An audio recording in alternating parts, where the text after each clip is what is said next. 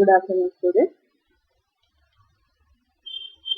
So, from now onwards, we are continuing with the remaining part of our program.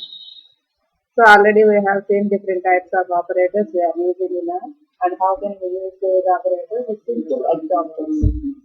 How we can implement those in R. And next, what are the different types of control structures we are using in R? For control structure, do control structure, while and if with continue, break, and etc. Next part of our programming is already we have seen the built-in functions available in R. Different types of built-in functions in form of reserved words and set of different types of operators. Next, coming to user-defined functions. That is, how can we design user-defined functions with different types of structure? Means we can define a function with a number of variations. A function without arguments, a function with arguments, and calling a function with return value, and calling a function without return value. And these are the different types of variations in function definitions that can be structured by the user in user-defined manner. So, coming to this lesson, how we can define the functions in R with user-defined formats, with arguments, without arguments, explicit returns, implicit returns, and different types of other structures. So, going into the lesson. So, what is a function? Function is a block of code. Block or sentence means a group. So, a block or chunk of code having a specific structure, which is often a singular or atomic nature and can be reused to accomplish a specific nature. A function helps to divide a large program into modules to enhance the readability and code reuse. Or a function is a group of instructions that take inputs from the user and uses them to compute other values and returns the result to the user. So, this is how we can define a function. So, a function means in overall a group of statements we are designing to perform a specific task by dividing the program into partitions or modules. Module means a partition within a program. So, functions are also called as a module structure.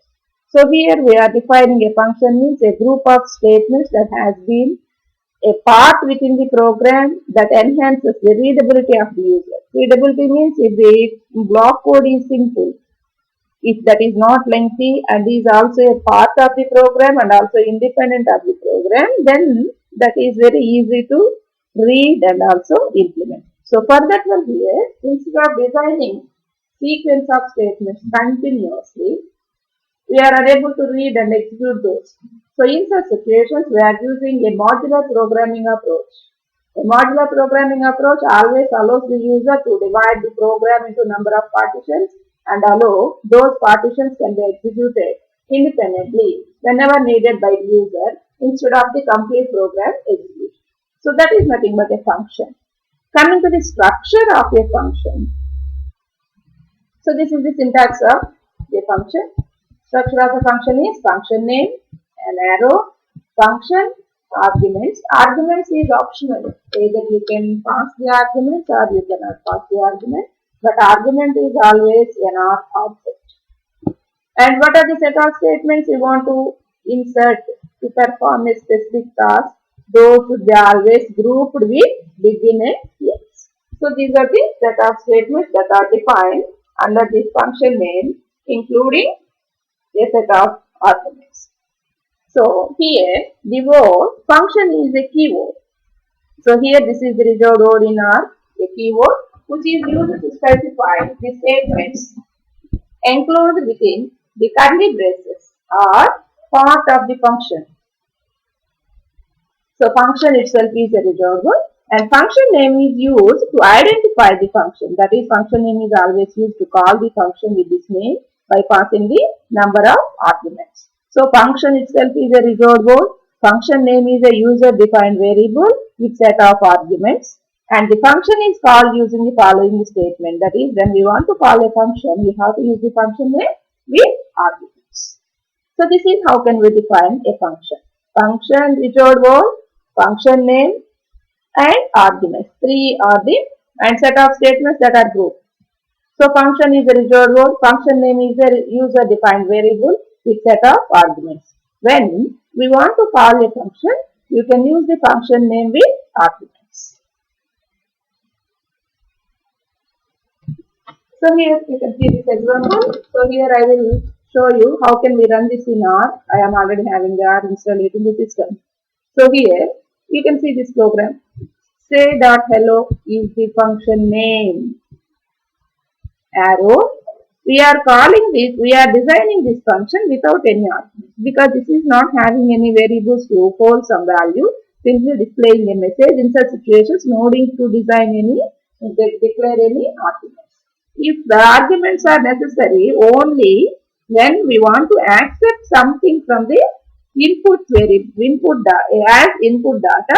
into a variable. But here we are not accepting any input, then simply you can display a message without arguments by defining a function. So here say.hello function is the reserved word without arguments. The statements we are defining within that, those are nothing but print hello world. And call the function without the arguments. So when we are calling the function, name of the function is say.hello. So that is simply displaying hello world. So this is how we can define a function without arguments. I will show you how can we execute this.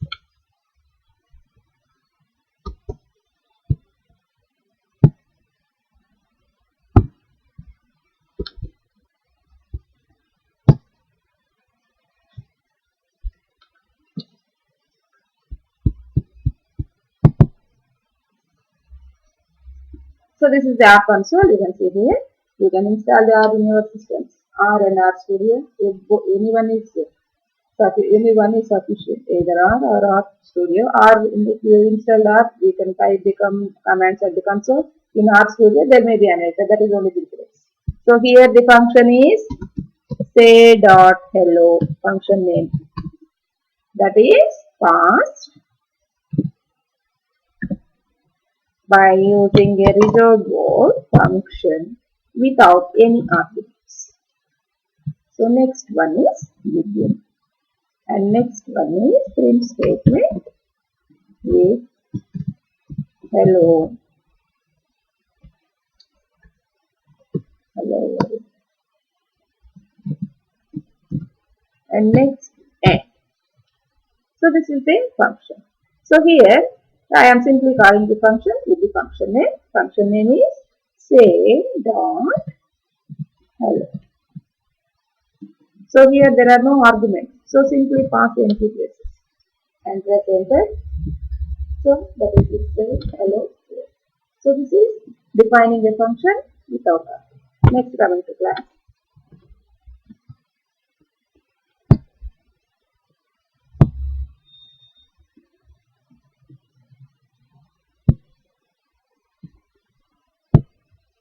So this is another example. So here I am defining a function with some return value. Then when we are defining a function with arguments means you have to input some value into the function through that argument. So here the argument is x. I am passing some value to x and calculating some arithmetic operations in this function and next returning some value. But here whether return is necessary or not we can see next. But here simply for an example I am using return statement. If we are not using a return statement also we can get the output, that is other thing. So this is how we can define a function with arguments. So we can execute this code.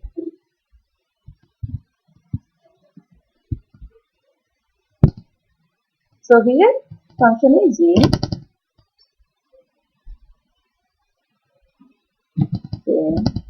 function is over. So here argument we are defining is x. And next one is begin. x equal to x equal to x plus 1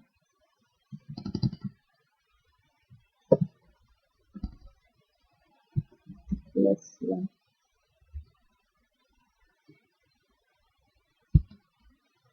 and return x.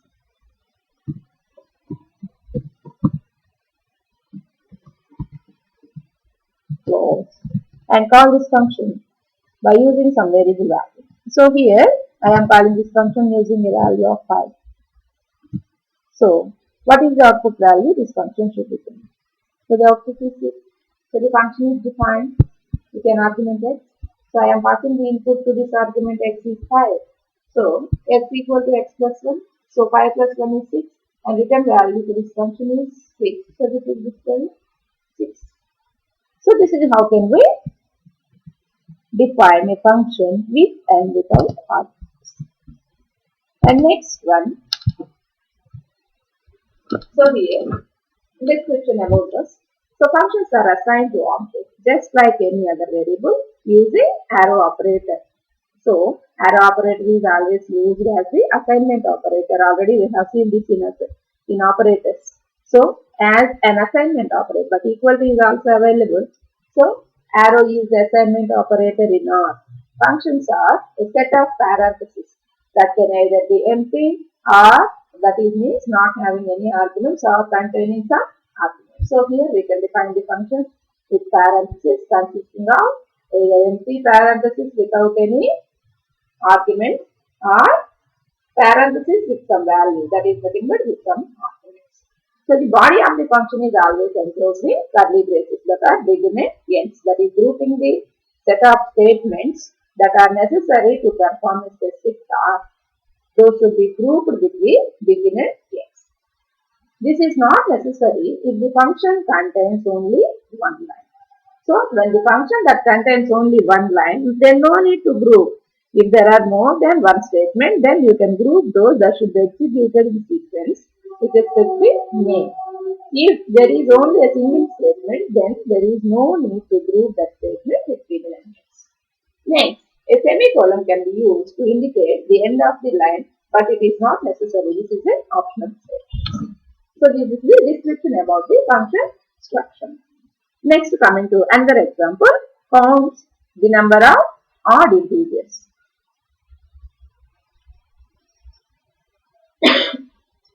In x. So here I am defining a function odd count. So I can copy this.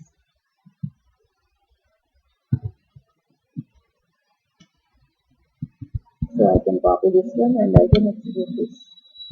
I can paste at R. So how can we execute this statement in our functions in R? So this is the odd count function. An odd count function. So initializing counter k to 0 initially for counting from 0 to n. And next for n in x. N means each variable which we are passing, to check whether this is odd or not. So if n%2 is equal to 1, then increment the counter k to 1. So at the end we are displaying k value, that is how many number of odd numbers existing in the given range. N is nothing but range of values. So here when we are passing the n value, you can check it. You can pass this input and check it with the modulo operator whether that is divisible by 2 without giving reminder or giving reminder. If that is giving the reminder, then that is odd number. If that is not giving the reminder, then that is even. So then returning the value.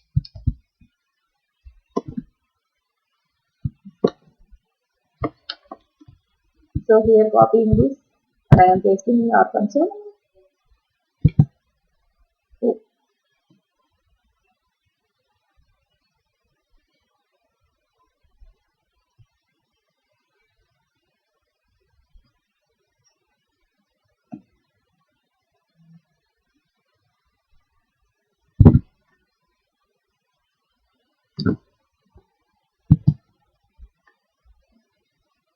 Double arrows.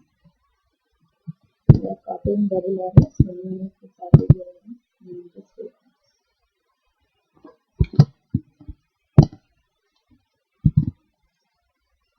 Okay. So here,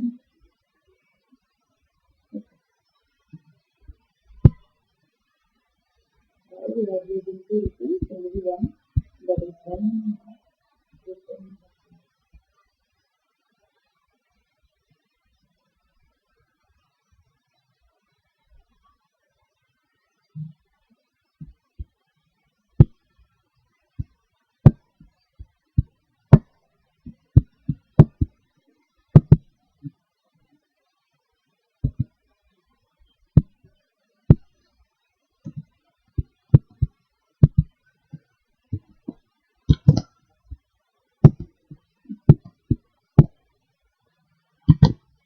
Okay.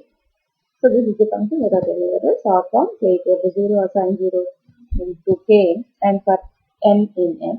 If n percent 2 is equal to double percent 2 is equal to 1 because our percent is nothing but the modulo operator in our k is equal to k plus 1 and return k value. So I am calling this function by using a column of values that is nothing but an array of values. So here we can pass any value.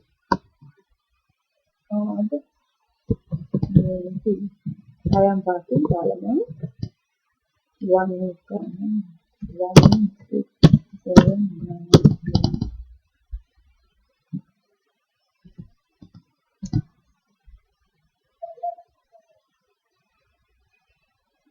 10. Is there any comma in this? Comma. Comma.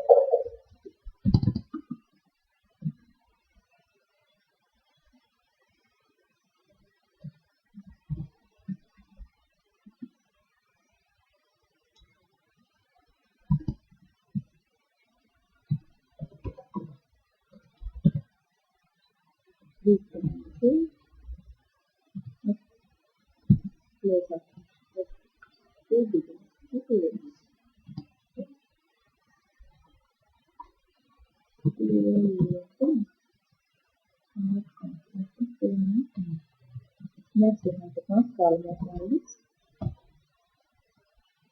1, 5, 2, 4, 5, 6, 7, 8. So see here, I am executing this program, writing the function a is assigned to 0 for n in x. If n percentage 2 is equal to 1, k is equal to k plus 1, and return the result at the end after terminating the for loop with n values. Return how many number of integers existing in the given array are odd.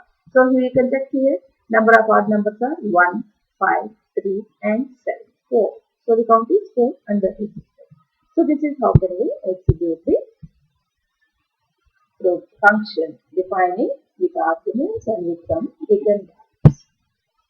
And next coming to explanation of this one. Variables created outside the function are global and are available within the functions as well. So when we are declaring a variable outside the function, that variable can be used throughout the program at any way. Those are the global variables.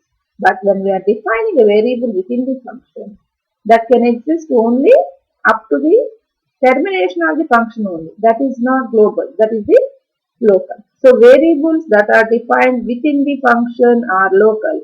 Variables created outside the function are global. So for example, so here an example, f is a function returning x plus y is assigned as 3. So here I am calling a function. Calling the function using some value 5. So you can see here, then I am passing value 5 to x only. Y is already a global variable which is outside the function. So if the value variable y is external to the function also, this is global. This can be used within the function. So return x plus y. So 5 plus y is already global. So I can use it within the function without declaration. So 5 plus 3 is equal to 8. So we can see this. Whether this can give the result properly or not with another value in R.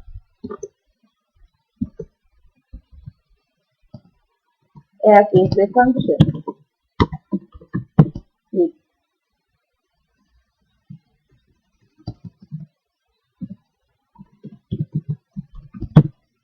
with some values and simple single statement return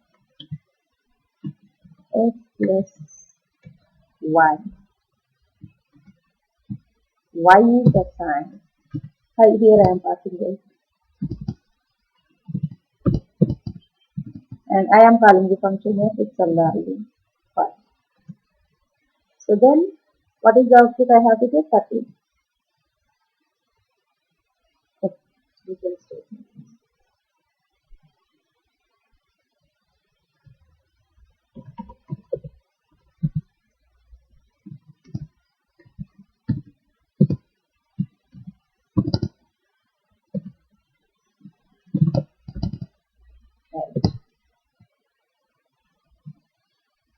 Let's use this value. 5 of 15. So we already have to get is 14. That is it. So this is a function that is giving the return value by considering both the variables, both global and local. X is the local variable and y is the global variable. Here y is the global variable. A global variable can be written from within the function by using our superassignment operator. So superassignment means here there is one and here there is another.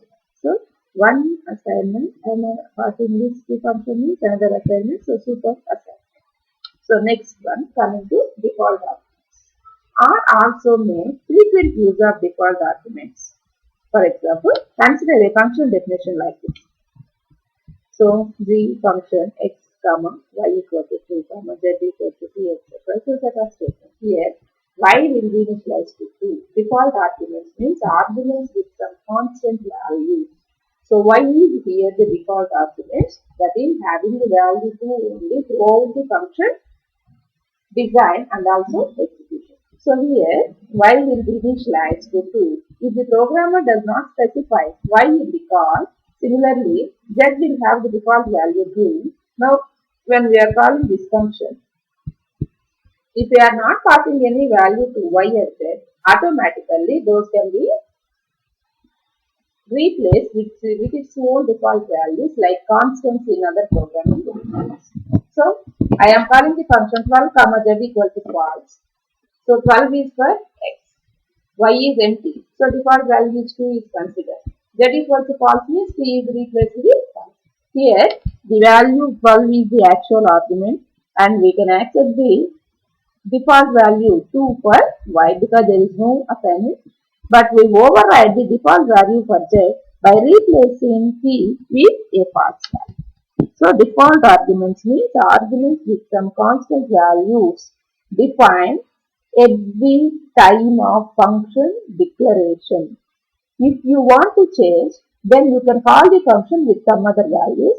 Otherwise, if you are not specifying the values at the calling, the previously defined default values can be replaced with the variables within the calling function. So this is the default arguments. So here an example, default values for argument. Here I am creating a matrix, that is my matrix, matrix of 1 to 12, 4 comma 3, that is nothing but 12 elements in format of 4 rows and 3 columns. As by row equal to true means as row major. That is initially you have to fill the rows or next column. So initially we are filling the rows means first 1, 2, 3, 4 and next come to the second row 5, 6. First 1, 2, 3. Next second row 4, 5, 6. Third row 7, 8, 9.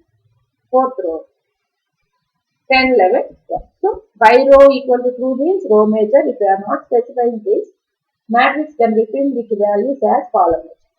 So, the argument by row tells us that the matrix should be filled in row wise. So, here we are calling the default argument by row as false if you want to fill in column wise. Next, lazy evaluation of the function.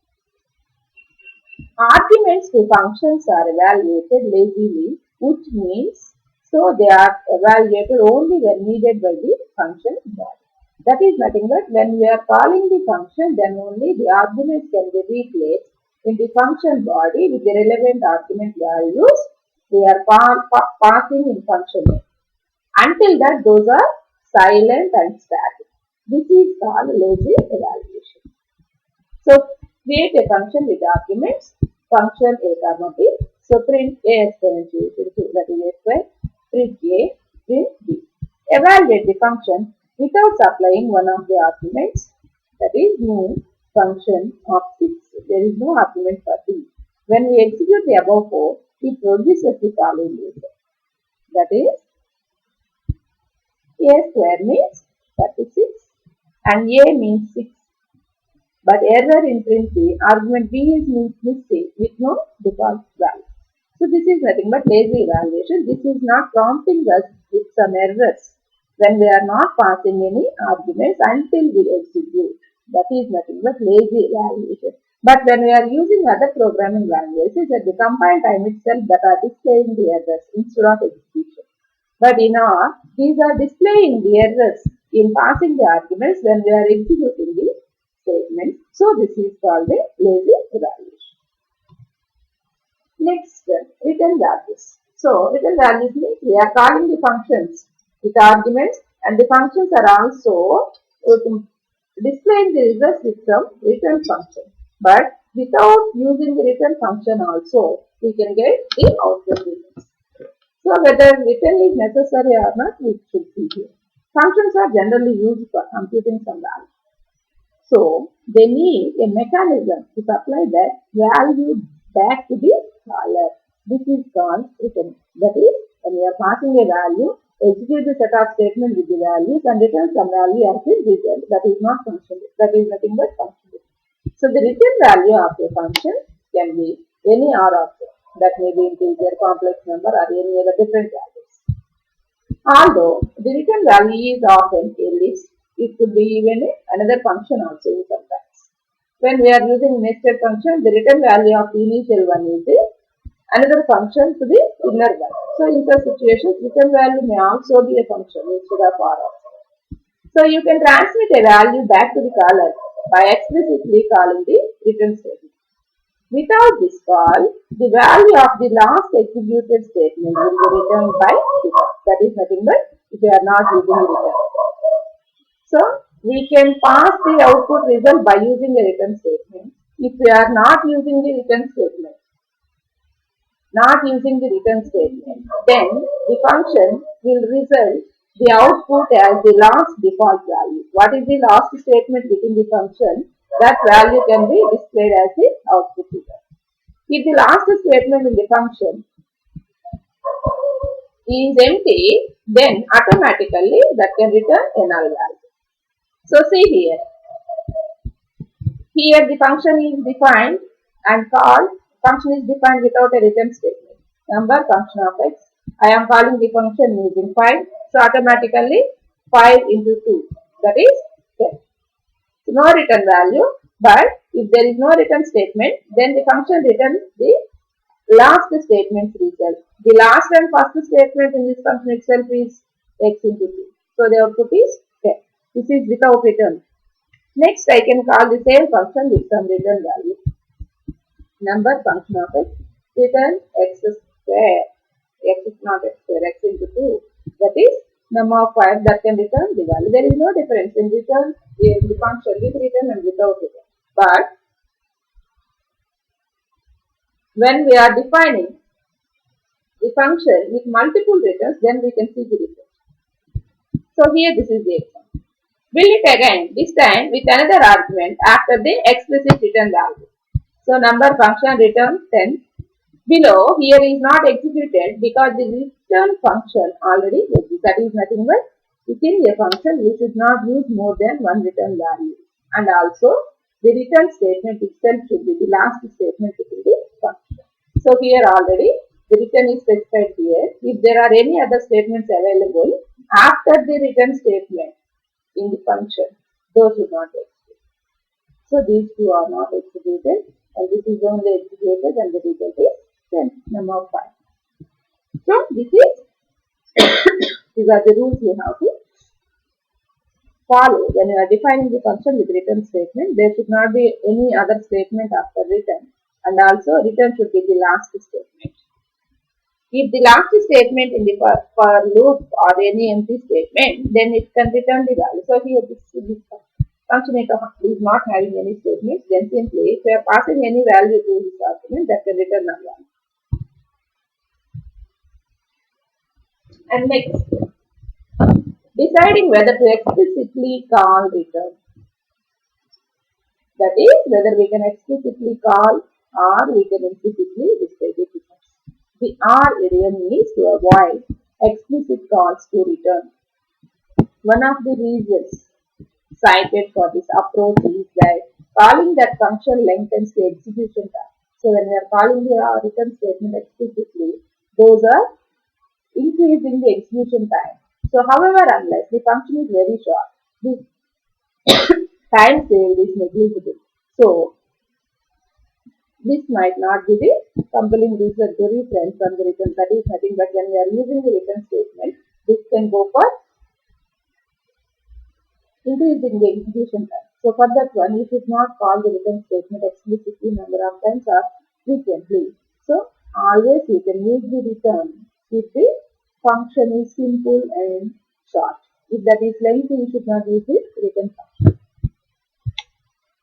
So here you can see example to count the odd numbers with no return statements. Similarly, previous one displaying odd numbers. Those are nothing but 5, 9 and 7 here. But there is no return statement. These are displaying the k value, which is the last statement in the function. That is 3.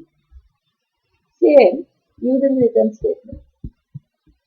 Return of k displaying 3. Good software design can glance through a function's code and immediately spot the various points at which control is returned to the caller. The easiest way to accomplish this is to use an explicit return call in all lines in the middle of the code that causes a return. So it is nothing but when we want to check the execution of the statement, You can call the different statements at the intermediate stage now. That is the good software design. So this is nothing but this is the today's class. How can we define a function and what is the structure of the function? What are the syntax structures in the function design? Those are nothing but function name, function detailed goal, begin and ends, and set up statements. And next, in how many ways we can define a function with arguments, without arguments, what are the global variables, what are the local variables, and how can we define a function with return and without return, and explicit return values for the functions when we are defining. These are nothing but completely the set of statements, set of structures that can allow a function design. And next we can go in extension to this function. How can we use these functions for returning different types of complex values, and also how can we use this for solving binary sort, binary set, sort, etc. So we can